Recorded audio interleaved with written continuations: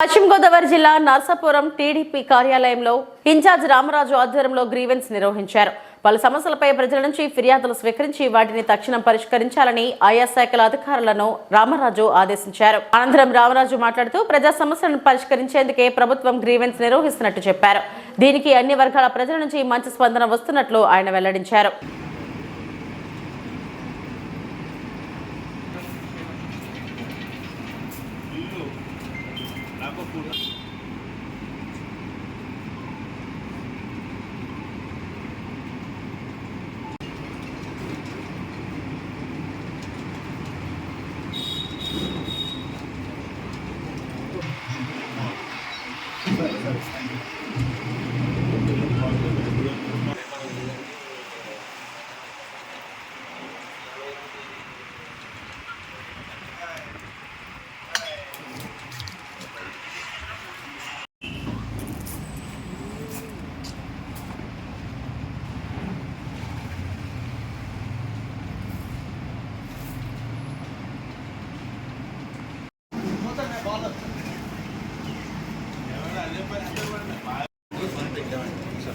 అటు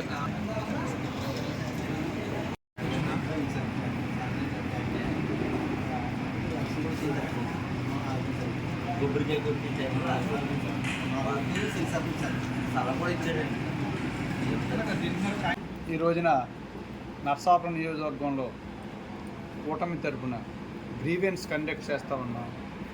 తెలుగుదేశం పార్టీ తరపున అలాగే జనసేన, బీజేపీ 3 పార్టీలు కూటమి తరపున ప్రతి శుక్రవారం గ్రీవెన్స్ కండక్ట్ చేసి ఆ సమస్యలు పరిష్కరించే విధంగా కృషి చేయాలని చెప్పని మా పార్టీ నాయకులు చంద్రబాబు నాయుడు గారు అలా మన ముఖ్యమంత్రి గారు ఆదేశాల మేరకు ఈ ప్రోగ్రాం కండక్ట్ చేస్తూ ఉన్నాం.